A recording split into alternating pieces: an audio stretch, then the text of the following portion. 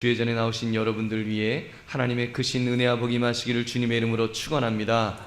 오늘 여러분과 함께 나눌 말씀은 이 시대의 참된 인물, 이 시대의 참된 인물이란 제목으로 함께 말씀을 나누고자 합니다. 우리가 이번에 세월호 참사부터 지하철 사고, 붕괴 사고, 지하철 방화 사건, 요양원 방화 사건, 아주 걷잡을 수 없는 그런 사건 사고에 아주 정신이 하나도 없습니다. 근데 이런 사고에 대해서 어떤 분은 이야기하기를 정부가 가진 자 중심의 정책을 펴서 그런 것 아니냐, 그 모든 사고의 책임이 정부 탓이다, 이렇게 말씀하는 분의 이야기를 들었습니다.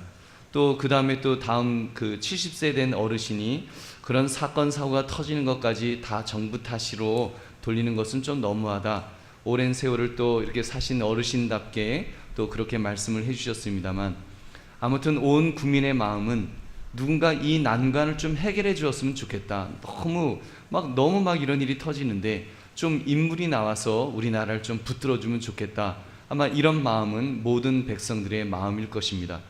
세월호 때 누구 하나 책임지는 사람이 없어 우왕좌왕하는 것에 우리 국민들이 많이 실망을 했습니다. 근데 지난 목요일 앞으로 대통령이 아주 통 큰 위임을 해서 이제 책임 총리제를 이렇게 하겠다며 총리로 내정을 했는데, 청문회 중에 또 스스로 이렇게 사퇴를 해버리는 일이 발생했습니다. 그것은 굉장히 충격이었습니다. 이 시대를 이끌어갈 인물이 이렇게도 없는가? 이렇게 준비된 일꾼이 없는가? 아주 우리가 경제 발전을 위해서는 그렇게 애를 쓰면서 20년, 30년 전 열심히 애를 써서 경제 대국이 되었는데, 우리가 인물을 키우는 데 있어서는 우리나라가 무엇을 했는가? 좀 마음에 안타까움이 있습니다. 인물이 없다면 여러분, 그것은 국가적으로 굉장히 위기라면 위기라고 말할 수 있습니다. 과연 이 나라를 누가 어느 방향으로, 정말 올바른 방향으로 제대로 이끌어갈 수 있는가? 여러분, 이 위기를 우리 믿음의 사람들은 가져야 될 것입니다. 여러분, 그러면서 이런 마음이 들었습니다. 우리 믿는 사람들이 정말 정신을 차려야 되겠다. 앞으로 우리 대한민국에 좋은 그런 인물들이 나올 수 있도록, 특별히 교회를 통해서, 믿는 사람을 통해서 그런 준비된 인물들을 배출시켜야 되겠다 하는 이런 사명을 우리가 가져야 될 것입니다. 그렇다면 믿음의 사람으로서 우리가 어떻게 인물로 성장할 수가 있을까요? 여러분, 우리가 또 어떻게 그런 인물들을 우리가 키울 수가 있겠습니까? 당연히 우리는 크리스찬으로서 우리의 본이 되시는 예수 그리스도를 본받는 것이 제일 좋을 것입니다. 그렇게 볼 때 오늘 본문은 예수님께서 공식적으로 사역을 시작하시면서 이렇게 우리에게 보여주셨던 아주 공식적인 그런 모습이 있습니다. 이때 몇 가지 본을 보여주셨는데, 특히 여러분, 믿음의 사람으로서 이 시대를 앞으로 책임져야 될 인물이 되기 위해서 예수님께서 보여주신 이 믿음의 본을 보시며 준비된 일꾼이 모두 되시기를 주님의 이름으로 축원합니다. 우리가 크게 세 가지를 살펴보려고 합니다. 첫째, 예수님은 자기 자아를 죽이는 시험을 통과하셨습니다. 자기를 부인하는 일을 하셨다는 말입니다.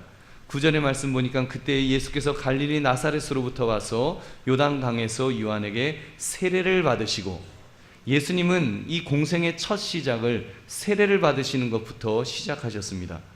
여러분, 우리가 받는 이 세례와 예수님이 받으신 세례는 전혀 다른 의미가 있을 것입니다. 세례 요한의 이 세례는 죄사함을 받게 하는 회개의 세례였습니다.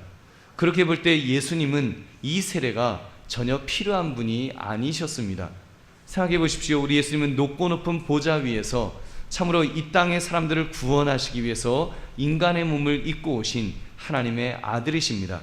그래서 히브리서 4장 15절은 우리에게 있는 대제사장은 우리의 연약함을 동정하지 못하실 리가 아니요 모든 일에 우리와 똑같이 시험을 받으신 이로되 죄는 없으시니라, 죄가 없으신 분이라고 분명히 말씀합니다. 여러분, 세례 요한이 아무리 신령하기로서니 죄 없으신 하나님의 아들을 세례 줄 수 있는 그런 입장이었겠습니까? 여러분, 예수님께서는 이 세례를 받으셨습니다. 사실 마태복음 3장 14절을 보면 세례 요한이 극구 사양하는 것을 보게 됩니다. 요한이 일러 이르되 내가 당신에게 세례를 받아야 할 터인데 당신이 내게로 오시나이까? 그런 세례 요한에게 예수님께서 하나님의 의를 이루기 위해서는 내가 먼저 너에게 세례를 받아야 되겠다. 사실 인간적으로 보면 굉장히 사실은 부끄러운 일이고 예수님으로서는 수치스러운 일일 수가 있지만 예수님은 하나님의 의를 이루기 위해서 먼저 그 세례를 받으셨던 것입니다. 이때 세례는 침례를 받으셨습니다. 물속에 완전히 들어가는 그 세례 말입니다. 우리는 오늘날 우리 개신교는 이렇게 우리 장로교는 약식 세례라고 해서 세례받는 물을 물속에 넣지는 않고 이렇게 물을 이렇게 얹어 드리면서 성부와 성자와 성령의 이름으로 이렇게 세례를 베풉니다. 그러나 예수님 시대 때는 바로 옆에 요단강이 있으니까 지금 요단강가에서 지금 침례를 이렇게 받으셨습니다. 물속에 들어가셨다가 물속에서 나오는 그런 그 세례를 받으신 것입니다. 이 세례는 십자가의 죽으심과 부활을 상징하는 것입니다. 골로새 2장 12절 말씀 우리 같이 한번 읽어보겠습니다. 시작. 너희가 세례로 그리스도와 함께 장사되고 또 죽은 자들 가운데서 그를 일으키신 하나님의 역사를 믿음으로 말미암아 그 안에서 함께 일으키심을 받았느니라. 아멘. 그렇습니다. 이 세례는 그 십자가에서 죽으심과 그리고 다시 살아나시는 부활의 역사를 상징하는 것입니다. 그래서 이 세례는 일단 자아를 죽인다, 내려놓는다, 자신을 부인한다는 그 의미가 있습니다. 이제부터 나사렛에서부터 지녔던 모든 것을 우리 예수님은 포기하셔야 했습니다. 이제부터는 육신적으로 오래 살려는 욕망을 예수님은 내려놓으셔야 했습니다. 이제부터는 죄짐을 담당하심으로 모든 것을 내려놓고 이제는 고난의 길, 고통의 길을 시작하셔야 했던 것입니다.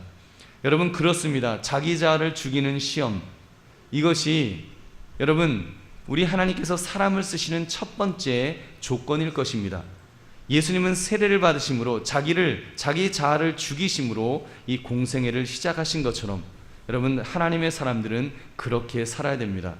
믿음의 사람은 자기 능력, 자기 재주, 자기 힘을 의지하는 사람이 아닙니다. 모든 것을 다 내려놓고 전적으로 하나님께서 함께 해주실 것을 믿고 나아가는 사람, 그 사람이 여러분 하나님이 쓰시는 일꾼이라는 말입니다. 누가복음 9장 23절은 이렇게 말씀합니다. 또 무리에게 이르시되 아무든지 나를 따라오려거든 자기를 부인하고 날마다 제 십자가를 지고 나를 따를 것이니라. 아멘. 갈라디아서 5장 24절 말씀 우리 같이 읽겠습니다. 시작. 그리스도 예수의 사람들은 육체와 함께 그 정욕과 탐심을 십자가에 못 박았느니라. 아멘. 사랑하는 성도님들, 우리 하나님께서 쓰시고자 하는 인물이 되려면 이렇게 자아를 죽이는 것부터 시작해야 합니다. 죽되 머리끝부터 발끝까지 죽어야 됩니다. 여러분, 그냥 머리만 죽는 것이 아니라 손도 죽고 입도 죽고 눈도 죽고 발도 죽고 심장도 죽고 우리의 전 인격이 다 죽어야 하는 것입니다. 그래야 하나님의 뜻이 살아나고 그래야 하나님의 비전이 열리기 시작하는 것입니다. 여러분들, 그런데 많은 사람들은 어떠합니까? 믿음의 사람이라고 하면서도 자기 자신이 너무 살아있는 경우가 얼마나 많습니까? 자기 자아가 하나도 죽지 않고 육신의 정욕이 하나도 죽지 않은 경우가 얼마나 많은지 모릅니다. 일은 열심히 하는데 하나님의 이름으로 일을 하기도 하지만 사실 들여다보면 자기 정욕을 채우기 위한 경우가 얼마나 많습니까? 그냥 자기 복 받고 자기 잘 되고 자기 좋으라고 하는 것들, 물질의 욕심을 내고 명예의 욕심을 내는 여러분 그런 일꾼들, 하나님께서 과연 위대한 인물로 쓰시겠냐는 말입니다. 또 어떤 분은 외적으로 보면 참 괜찮습니다. 가진 것도 많이 있고 배운 것도 많고 권력도 있고 많은 것들을 가졌지만 그 자기 자신을 죽이지 못하는 그런 모습이 있습니다. 그래서 하나님의 뜻이 나타나야 되는데 인간적인 뜻이 나타나서 자기 마음대로 행하려고 할 때 과연 하나님이 그런 사람을 제대로 사용하시겠냐는 말입니다. 여러분, 우리가 참으로 자기 자아를 죽이는 것부터 시작해야 될 줄로 믿습니다. 여러분, 이거 참 쉽지 않습니다. 정말 어렵습니다. 자기를 죽이는 것, 십자가에 자기 자신을 못 박는다는 것이 이게 보통 어려운 일이 아닙니다. 사실 목사님들은 그래도 주의 종의 길을 간다고 하면서 십자가에 내가 나의 정욕을 못 박으리라 늘 못 박고 꽝꽝꽝꽝 박는다고 박는데도 여러분 살아날 때가 얼마나 많은지 모릅니다. 그 혈기가 나타나고요. 그래서 제가 아는 목사님들 중에 참 목회 잘하시는 분들인데 한순간에 어려움을 당하는 경우를 보았습니다. 그게 뭔가 하면 목사님들은 나름대로 참는다고 참는데 이제 어느 순간에 이제 못 참는 거예요. 왁 하고서 이제 막 목사님 위해서 육두문자가 나오고 막 이러면서 막 그런 말이 나오는 거예요. 그래서 결국은 교회가 어려워지고 목회가 어려워지는 그런 목사님들을 볼 때 얼마나 마음이 안타까운지요. 여러분, 뭐 성도들도 마찬가지입니다. 얼마 전에 너무 부끄러운 이야기를 들었는데, 어느 교회에서 어느 아주 인격이 좋으신 어르신이 아주 그 반주하는 아주 예쁜 아가씨 자매를 딸처럼 예뻐했답니다. 예뻐하고 뭐 선물도 사주고 참 이렇게 참 착하다, 예쁘다, 정말 이렇게 며느리 삼았으면 좋겠다, 뭐 그러셨겠죠. 그래서 되게 이렇게 예뻐했는데 어느 순간에 그 자매가 너무 예뻐갖고 어느 순간에 자기도 모르게 입술에다 뽀뽀를 쪽 하고 했다는 거예요. 이게 웬일입니까? 그래서 아주 그 일로 인해서 정말 교회에 아주 큰 무리가 일으켜지고, 그리고 온 집안에 수치를 안겨주는 어려움을 당하고 있다는 그런 이야기를 들었습니다. 예뻐하신 것까지는 좋은데 그 예뻐함이 육신의 정욕으로 예뻐한 것이었기 때문에 어느 한순간에 이렇게 그 절제를 못한 것이 아닐런지요. 그래서 성경은 그런 육신의 정욕, 자아를 십자가에 못 박아 죽여라, 그래야 살 것이다 라고 분명하게 말씀합니다. 우리는요, 순간순간 못을 박아야 됩니다. 정말 못을 박아야 됩니다. 여러분, 안심할 수 없습니다. 어느 한순간에 내가 이제는 못 박았다고 생각하는 것이요, 얼마나 씩씩한지 그 못을 확 빼고서 왁 하고 살아나는데 아주 대책이 없어요. 여러분, 아마 여러분들도 그런 경우들을 경험해 보셨을 것입니다. 그래서 로마서 8장 13절을 말씀합니다. 너희가 육신대로 살면, 우리 한번 같이 읽어보겠습니다. 시작. 너희가 육신대로 살면 반드시 죽을 것이로되 영으로서 몸의 행실을 죽이면 살리니. 아멘. 여러분, 죽음은 사는데 살려고 하면 죽는다는 말입니다. 이런 웃기는 해프닝이 그 미국에서 이렇게 이야기되고 있다고 합니다. 어떤 일인가 하면 세월호처럼 이렇게 그 배가 이제 그 유람선이 왔다 갔다 하고 섬과 육지를 왔다 갔다 하는데 그 배에 갑자기 불이 났습니다. 그래서 이제 그 사람들이 막 살려달라고 하고 구조 헬기가 이제 타타타 하면서 이제 막 온 거예요. 근데 그 구조 헬기에서 사다리를 쭉 내렸는데 거기에 남자 10명이 매달리고 여자 한 분이 이렇게 매달렸습니다. 근데 그 정원이 10명이라는 거예요. 그래서 이제 조종사가 막 헬기가 막 비틀비틀거리면서 막 떨어지려고 하니까 마이크로 막 소리를 지릅니다. 여러분, 지금 이 헬기는 10명만 매달려 있어야 됩니다 하면서 한 명은 내리셔야 돼요 하면서 내려주세요 막 그러는 거예요. 누가 내리려고 그러겠습니까? 다 꽉 잡고 눈 꽉 감고 이제 안 내리려고 이제 버티는 것입니다. 헬기는 뭐 거의 떨어지려고 하고. 그러니까 그때 그 어느 여자분이 이렇게 말했습니다. 참 훌륭하지요. 저는 일평생 남편과 자식들 뒷바라지 하느라 고생만 하며 살아왔습니다. 제가 마지막으로 한 번 더 희생을 하겠습니다. 제가 뛰어내리겠습니다. 그렇게 얘기한 거예요. 얼마나 참 역시 여성분들이 참 대단하죠. 훌륭하죠. 그랬더니 그 이야기를 듣고서 그 남자 10명이 너무 좋아가지고 박수를 막 쳤대요. 그러고선 다 떨어져서 죽었다는 것입니다. 여러분, 살려고 하는 사람은 죽고 죽고자 하는 자는 살았다는 그런 이야기죠. 육군사관학교에 가면 강제구 소령의 동상이 세워져 있는데 학교에 들어가는 사람들이 모두 경례를 한다는 것입니다. 소령의 계급장인데 뭐 이렇게 대위라든지 뭐 소위라든지 그런 사람만 경례 타는 것이 아니라 뭐 중령, 대령, 뭐 준장, 소장 뭐 이런 사람들, 대장, 뭐 원수까지도 다 거기에 경례를 한다는 것입니다. 왜 그런가 하면 그 강제구 소령이 이제 훈련병들이 이제 훈련하는 중에 슈루탄을 훈련병이 하나가 떨어뜨린 거예요. 그거 터지면 이제 다 죽습니다. 그러니까 강제구 그때 대위였죠. 그분이 이제 자기 몸을 던져서 그 슈루탄을 껴안음으로 인해서 그 슈루탄이 터지면서 함께 산화가 되었습니다. 그래서 그 정신을 기려서 희생 정신을 기려가지고 이제 강제구 소령을 늘 이렇게 육사의 정신적인 지주로서 그렇게 여기면서 거기에 이렇게 그 경의를, 그 존경심을 표한다는 것입니다. 그는 죽었으나 그의 희생 정신은 시대를 초월하여 살아있는 것입니다. 여러분, 강제구 소령은 그 일을 한순간에 끝냈지만 우리 예수님은 그보다 길고 훨씬 고통스럽고 힘든 길을 우리 예수님은 가셨습니다. 우리가 하나님과 원수되어서 죽을 수밖에 없었을 때 우리 예수님께서는 대신 십자가에서 죽으심으로 그 길을 완수하신 것입니다. 예수님은 죽으심으로 끝난 것이 아니라 죽으셨기 때문에 사흘 만에 약속하신 대로 다시 부활하셨습니다. 그래서 예수님은 참으로 그렇게 인류의 구원자가 되셔서 저와 여러분을 살려주신 줄로 믿습니다. 여러분, 그렇게 하나님은 예수님을 그렇게 사용하셨습니다. 바로 자기가 죽고자 하는 자를 통해서 하나님은 그렇게 일하신다는 것입니다. 이 시대도 마찬가지입니다.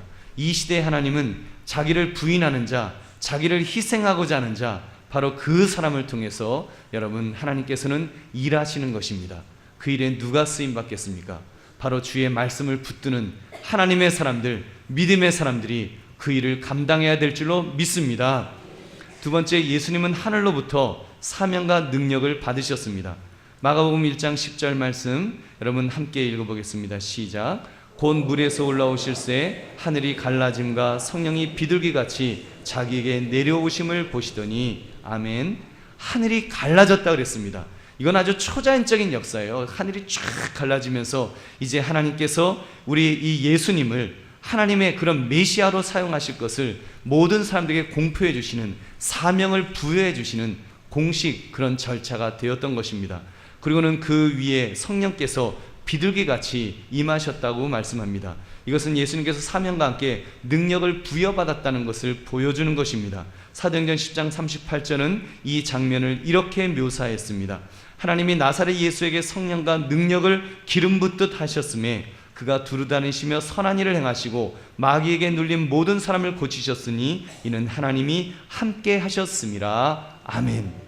성령 충만함을 받았을 때 우리 주님께서는 성령의 능력으로 이제 기적을 베푸시는데, 여러분 예수님이 하신 모든 사역들은, 모든 기적들은 바로 성령의 그런 놀라운 역사인 줄로 믿습니다. 여러분 그렇습니다. 하나님의 장중에 쓰임받는 인물이 되려면 하나님으로부터 사명과 능력을 받아서 그렇게 일을 해야 됩니다. 여러분 많은 위대한 인물들이 그렇게 쓰임을 받았습니다. 근데 이것을 받으려면 영적으로 민감해 있어야 됩니다. 영적으로 깨어있는 사람, 심령이 깨끗한 사람, 바로 그 사람 위에 성령께서 임하실 것이고 하나님께서 음성을 들려주실 것입니다. 그리고 힘을 받아서 그 일을 감당할 것입니다. 그 대표적인 인물로 우리가 잘 아는 사무엘과 같은 사람, 여러분 얼마나 그 하나님 앞에 귀하게 쓰임받았습니까? 제사장으로서, 사사로서, 그리고 선지자로서 너무너무 귀하게 쓰임받았는데 그의 삶을 보면요, 그렇게 깨끗하게 준비되어 있었던 것을 보게 됩니다. 그의 어머니가 젖을 떼자마자 그 아이를 성막으로 보내었습니다. 그래서 엘리 제사장을 잘 섬길 수 있도록, 거룩한 삶을 살 수 있도록 준비시켰던 것입니다. 그렇게 준비되었던 사무엘이었기 때문에 하나님께서 그 아이에게 찾아오셔서 사명을 들려주시고 그에게 힘을 주셔서 위대한 인물로 쓰임받도록 하신 줄로 믿습니다. 사랑하는 성도들이여, 이 시대에 바로 그런 인물이 필요하지 않겠습니까?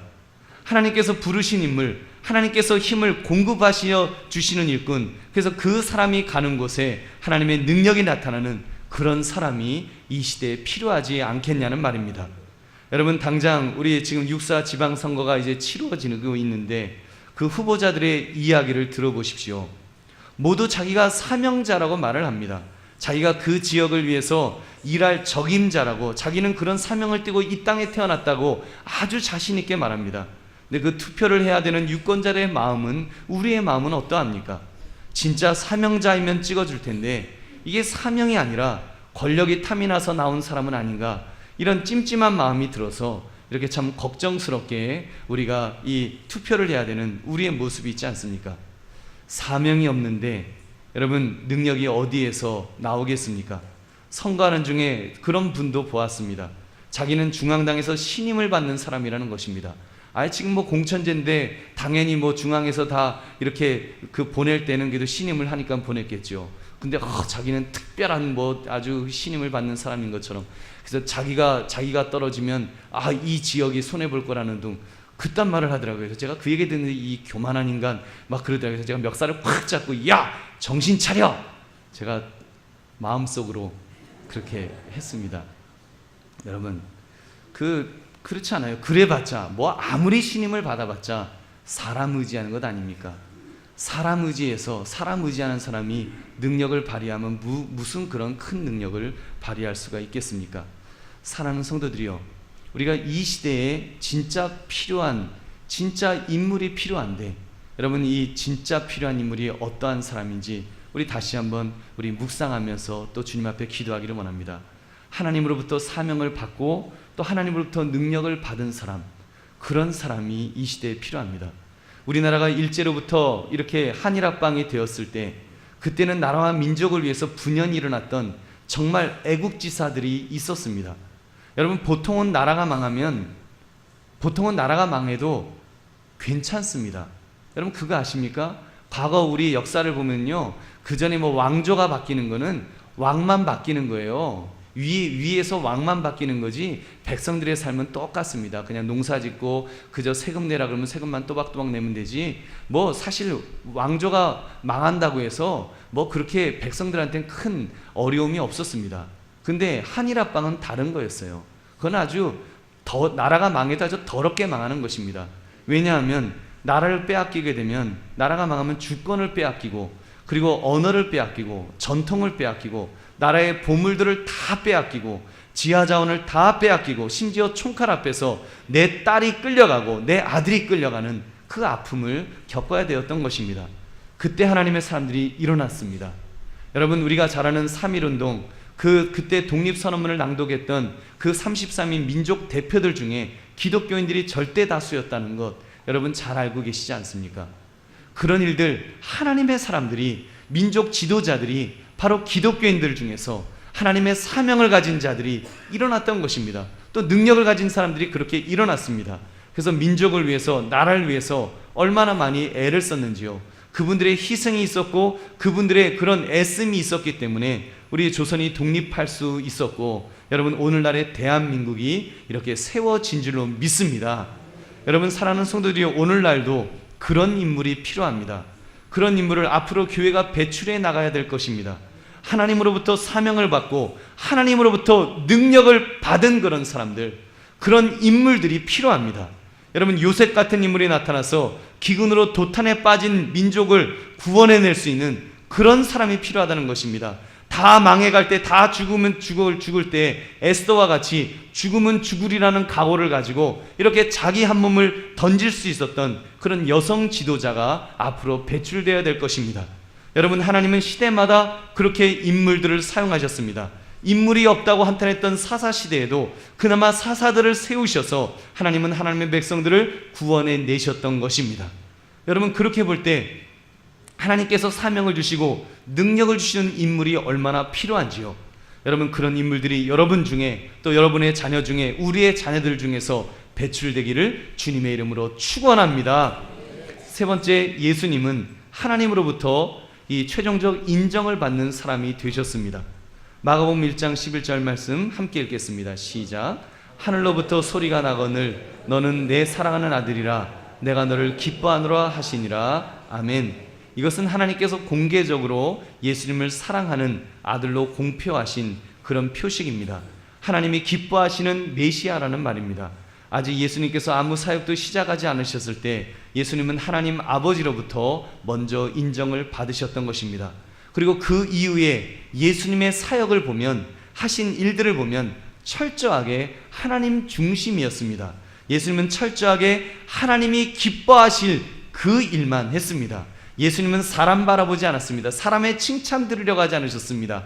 하나님으로부터 인정받고 하나님으로부터 그렇게 칭찬 듣는 그런 일만 하셨습니다. 심지어 말씀하시기를 예수님이 하시는 모든 것은 아버지께서 하시는 일을 보고 하는 것이라 말씀하시며 그렇게 사셨습니다. 요한복음 5장 19절 말씀 우리 같이 읽어보겠습니다. 시작. 그러므로 예수께서 그들에게 이르시되 내가 진실로 진실로 너희에게 이르노니 아들이 아버지께서 하시는 일을 보지 않고는 아무것도 스스로 할 수 없나니 아버지께서 행하시는 그것을 아들도 그와 같이 행하느니라. 아멘. 예수님은 일하신 것 하나하나를 아버지께서 하시는 것을 보면서 그 일을 한다. 여러분 좀 그런 인물이 필요하지 않겠습니까? 아버지께서 하시는 일을 보면서 하는 그런 인물. 여러분 성경의 말씀대로, 성경에 하나님께서 보여주신 대로, 예수님께서 보여주신 대로 그렇게 일할 수 있는 인물, 그런 인물을 우리 하나님은 찾으신다는 것입니다. 여러분, 참된 일꾼은 바로 그런 일꾼인 것입니다. 이스라엘 역사에 가장 위대하게 쓰임받았던 왕 다윗 같은 사람, 바로 그렇게 살았습니다. 그렇게 살았더니 하나님께서 얼마나 위대하게 그를 사용하십니까? 사도행전 13장 22절, 패하시고 다윗을 왕으로 세우시고 증언하여 이르시되 내가 이새의 아들 다윗을 만나니 내 마음에 맞는 사람이라 내 뜻을 다 이루리라 하시더니, 아멘. 얼마나 멋있습니까? 내 마음에 맞는 사람이다. 내 마음에 합당한 사람이다. 하나님의 뜻대로 그렇게 살았던 사람이다라고, 살 사람이라고 우리 하나님이 인정하신 것입니다. 그래서 여러분, 그 다윗이 쓰임 받으니까 이스라엘 나라가 사실은 하나님의 백성이라고 하면서도 별로 영향력을 끼치지 못하는데, 다윗 왕 때에는 정말 열국을 다스리는 그런 위대한 나라로 서 있었던 것을 우리는 볼 수 있습니다. 여러분, 우리 시대가 바로 그런 인물을 갈급해하는 것이 아니겠습니까? 사실 우리는 교회를 잘 다니는, 그것도 장로님으로 교회를 잘 섬기셨다는 그런 분을 대통령으로 세우기도 하였습니다.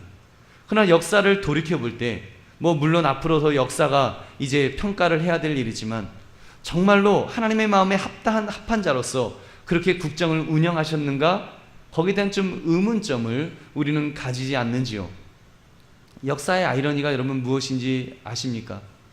역대 대통령들 중에 장로 대통령이 세워졌을 때 군성교는 훨씬 더 어려워졌다는 그런 통계를 들었습니다. 그때 제일 개신교의 군목 숫자가 줄어들었고, 그때 제일 다른 종파들이 득세하였다는 것입니다. 왜냐하면 장로님이 대통령이 되고 나니까 역차별을 받더라는 것입니다.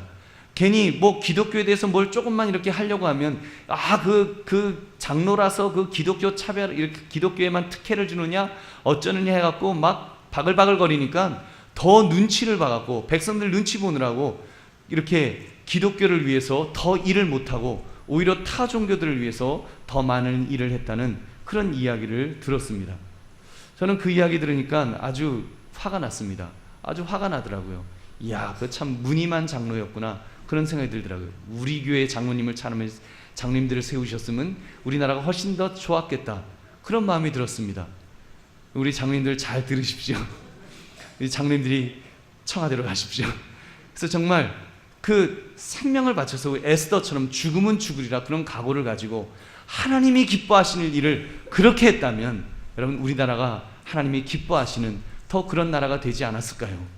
이렇게 총체적 부실이라 그러면서 이렇게 되지는, 이런 나라가 되지는 않지 않았을까, 이런 안타까운 마음을 가집니다.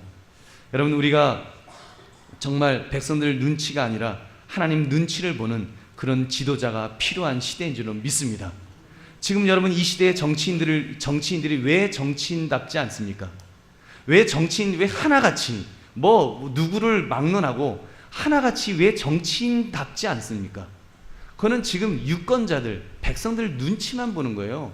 백성들의 마음을 읽는 것이 아니라 표심만 읽는 거예요. 어떻게 표를 얻는가.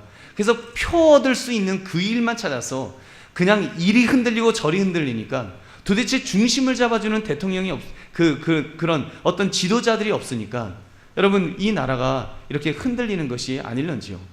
여러분, 앞으로 그런 정말 백성들 눈치를 보는 것이 아니라 하나님 눈치를 보는 중심이 분명한 지도자가 우리 한강교회를 통하여 배출되기를 주의 이름으로 축원합니다.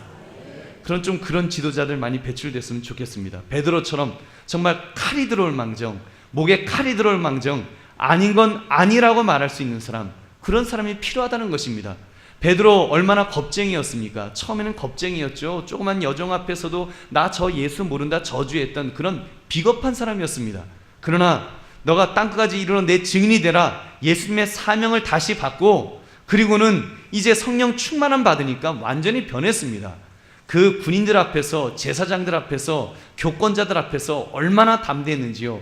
그의 고백, 너 복음 전하지 마라. 왜 자꾸 복음 전하냐? 너 복음 전하면 죽여버리겠다. 그렇게 위협할 때 그는 이렇게 고백합니다. 사도행전 4장 19절, 베드로와 요한이 대답하여 이르되 하나님 앞에서 너희의 말을 듣는 것이 하나님의 말씀을 듣는 것보다 옳은가 판단하라.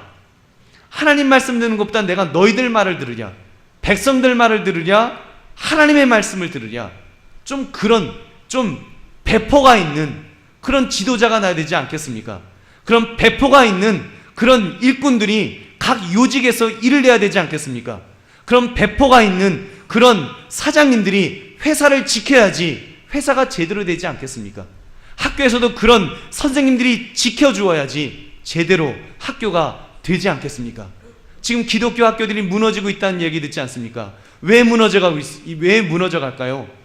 그 교회 학교를 지켜야 될, 기독교 정신을 지켜야 될 선생님들이 흔들흔들하니까 마지막까지 지켜주는 선생님들이 있어야지 목에 칼이 들어올 망정 이 학교는 복음을 전하기 위해서 세워진 학교입니다, 그렇게 가르치겠습니다 하는 선생님들이 계속 있어야 됩니다. 여러분, 우리 교회는 그런 일꾼들이 많은 줄로 믿습니다. 그런 일꾼들이 세워져야 됩니다. 그래서 그런 일꾼들을 통해서 이 나라가 나아갈 때 하나님이 기뻐하신 일은 그런 나라가 될 것입니다. 여러분, 사도 베드로가 그렇게 내가 죽으면 죽으리라 나갈 때 그에게 하나님이 능력을 주십니다. 그가 한번 설교하면 3,000명, 5,000명이 회개하는 놀라운 역사를 이루어 주신 줄로 믿습니다. 사랑하는 성도님들, 사실 하나님 앞에서 하나님 보시기에 인정받는 인물은 여러분 업적만은 아닙니다. 업적 없어도 괜찮습니다. 우리가 꼭 큰 일을 감당해야 되는 건 아닙니다. 우리가 뭐 대단하게 대통령이 되어야지 큰 일을 하는 것이고 국회에 나가야지만 큰 일을 하는 것 아닙니다. 내 삶의 현장에서 내가 먼저 올바로 서는 것 중요합니다. 여러분, 우리 한 사람 한 사람이 우리 대한민국의 풍토를 바꾸는 것이 중요합니다. 그것을 바꾸기 위해서 제일 중요한 것이 있다면 여러분, 어쩌면 업적이 중요한 것이 아니라 여러분 성품이 더 중요할 것입니다. 우리가 정말 하나님을 두려워하는 사람으로 그런 성품이 하나님을 닮아가는 것, 이것이 얼마나 중요한 것인지요. 여러분 보십시오. 전능하신 하나님 입장에서 위대한 업적, 그거 별것 아니었습니다. 큰 교회를 세우고 많은 교인들을 만들고 기독교를 국교로 만드는 것, 그거 별것 아니었습니다. 하나님은 그것보다 더 중요한 것을 원하셨습니다. 실제로 우리 역사를 보면 유럽의 교회들을 통해서 우리는 잘 알고 있습니다. 1000년의 시간 동안 뾰족 종탑을 세우고 아주 의리의리한 그런 교회들을 세웠지만 결국은 여러분 다 잃어버리니까, 성품을 잃어버리고 복음의 진리를 잃어버리니까 아무것도 남지 않았습니다. 지금 그런 교회들요, 관광객만 드글드글거려서 이제 관광 수입은 좀 올리는지 모르지만 하나님의 사역을 위해서는 아무런 도움이 안 된다는 것입니다. 여러분, 주일이 되었는데도요, 예배를 안 드리는 교회들이 수두룩하고, 예배를 드려도 그냥 머리 하얀 노인들 몇 분들 앉아 계시고, 그냥 그리고 이건 예배도 아니에요. 그냥 다 졸아요. 그냥 조는 상태에서 그냥 예배 아닌 예배가 그냥 드려지는, 형식적으로 드려지는 그런 모습을 보면서 유럽의 교회가 죽어간다는 그런 이야기를 우리가 하지 않습니까? 왜 그렇게 되었을까요? 하나님의 인정을 받아야 되는데 사람의 인정을 받으려고 하니까, 그저 사람 보기에 멋있는 교회 만들려고 하고 사람 보기에 큰 그런 일 하려고 하다 보니까 본질을 다 잃어버렸던 것입니다. 사랑하는 성도님들, 이 시대에 인물이 필요한데 여러분, 인물은 그렇게 큰 일을 하는 것만이 인물이 아니라는 거 분명히 기억하십시오. 우리 성품의 열매를 맺을 수 있기를 원합니다. 여러분, 기능 이전에 인격이 먼저 갖춰야 됩니다. 그 사람의 인격이 갖춰져 있는가? 우리 갈라디아서 5장 22절 23절의 말씀처럼 여러분, 사랑과 희락과 화평과 오래 참음과 자비와 양성과 충성과 온유와 절제, 이런 열매가 우리에게 맺혀질 때 여러분, 우리를 통해서 인물이 나오게 될 줄로 믿습니다. 우리를 통해서, 여러분 우리의 자녀들을 통해서 그런 부모님을 보고, 그런 할아버지 할머니를 보고, 그런 장로님을 보고, 그런 권사님들을 보면서, 집사님들을 보면서 우리 아이들이 성장할 때 여러분, 하나님이 쓰시기에 합당한 그런 일꾼들이 세워질 줄로 믿습니다. 아이들도 그런 성품을 가지고 이제 하나님을 기쁘게 해드리는 그런 인물들로 세워질 것이라는 것입니다. 그런 점에서 여러분, 우리라도 정신을 차립시다. 지금부터라도 정신을 차립시다. 그리고 인물을 키웁시다. 인물을 키우는 것, 하나님의 사람을 키우는 것이 여러분 살 길인 줄 믿으시기 바랍니다.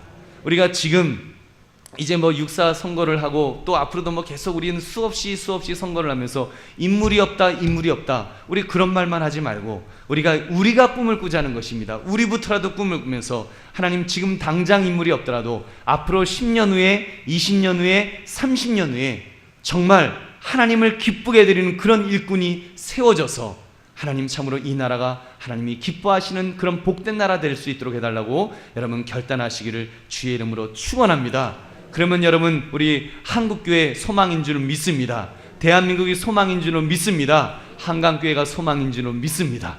여러분 사랑하는 성도님들, 그런 점에서 우리 정말로 우리 꿈을 꾸면서 주여 나를 통해서, 우리 교회를 통해서, 우리 한국교회를 통해서 그런 위대한 인물이 배출되게 하옵소서. 우리가 기도를 시작해야 됩니다. 그렇게 이 시대의 젊은이들, 우리 패기가 없다라고 그렇게 말하지 맙시다. 패기가 없는 것이 아니라 우리가 그들에게 제대로 된 하나님의 사명을 심어주지 못하고 그 꿈을 심어주지 못했기 때문에 여러분, 우리 아이들이 갈 바를 알지 못하는 것이 아닐런지요. 아이들이 왜 게임에만 빠져 있겠습니까? 해야 될 일이 없으니까. 그들의 피를 뜨겁게 해줄 수 있는 뭔가 열기를 불어 넣어줘야 되는데 그 열기를 넣어주지 못하니까 아이들이 냉랭한 가슴에, 텅 빈 가슴을 게임으로 채우고, 여러분 비디오로 채우고, 그런 인터넷으로 채우고 엉뚱한 죄악으로 채우는 것이 아닐런지요. 그런 면에서 여러분, 우리 아이들에게 꿈을 심어줄 수 있는 우리 모두가 되시기를 주의 이름으로 축원합니다. 우리가 이번에 우리 중고등과 비전 트립을 가지 않습니까? 굉장히 중요한 것입니다. 우리 기도 많이 해야 됩니다. 하나님, 우리 아이들 정말 그 어린 아이들의 그 눈에 하나님 보아야 될 것을 보게 해 주시옵소서. 만나야 될 사람을 만나게 하시고, 만나야 될 분을 만나게 하시고, 정말 그 속에서 그 캄보디아의 아이들을 통해서 하나님을 만나고 사명을 찾는 자들이 될 수 있도록 해달라고 여러분 기도할 수 있기를 바랍니다. 정말 그 아이들 중에서, 또 우리 청년들 중에서, 앞으로 우리 청년들도 그런 비전 트립을 또 가고, 또 이제 청년들은 이제 선교를 가야죠. 사명을 가지고 선교를 가야죠. 그래서 막 선교를 가서 아이들이 그곳에서 많은 것들을 깨닫고 정말 그들이 비전을 발견할 수 있는 그런 일들이 우리 안에서 많이 일어나야 될 줄은 믿습니다. 그래서 앞으로 정말 좋은 사람들이 많이 배출됐으면 좋겠습니다. 대통령도 나오고 장관도 나오고, 그리고 제대로 교육하는 교육자들도 나오고, 제대로 사업하는 사업가도 나오고, 목사도 나오고, 선교사도 나오고, 하나님의 마음을 흡족해 드릴 수 있는 그런 인물들이, 정말 기술자도 나오고 좋은 영향력을 끼치는 사람들이 많이 나왔으면 좋겠습니다. 지도자는요, 여러분 권력을 가졌다고 지도자가 아닙니다.